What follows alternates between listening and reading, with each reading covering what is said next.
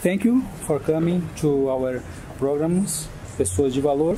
I would like you to introduce yourself and talk a little about your work with trauma, stress, and the cards. We will begin with you, please. Okay, thank you. Sorry.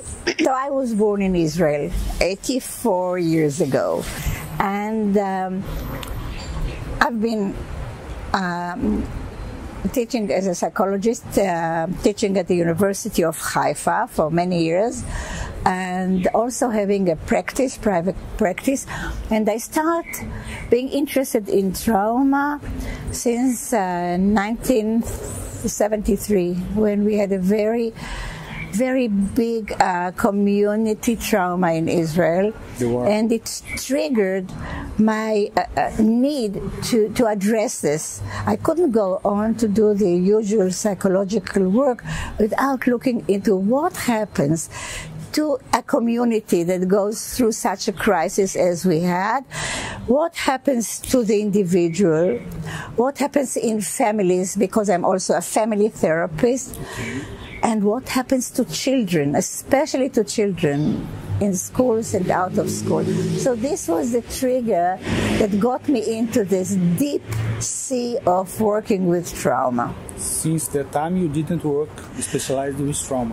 Until then, I was still young, and I was doing normal psychology. You know, I was a therapist, I was a professor at university, I was teaching, but I didn't face trauma until this time.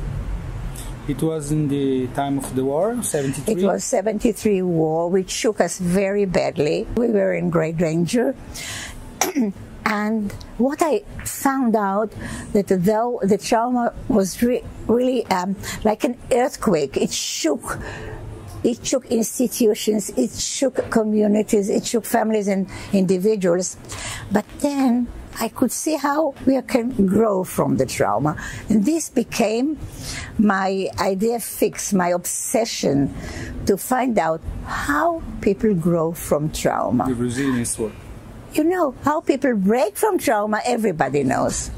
But how do they grow from trauma? And this brought me to first to do research and to develop methods of helping people and communities and children and the educational system and other systems as well to start developing this kind of coping ability so they can grow from trauma. I found out that people are resilient. Listen, we are a nation that went through Holocaust. Immigration, as you told me yourself, from all different parts of the world, coming to a place which is quite difficult to live in, Israel, though it's very beautiful, but life isn't simple. It was a desert, no? It was a desert in the beginning. It's still one-third of the country is a desert, yes. It took a lot of imagination to think that we could live such a normal life as we do now.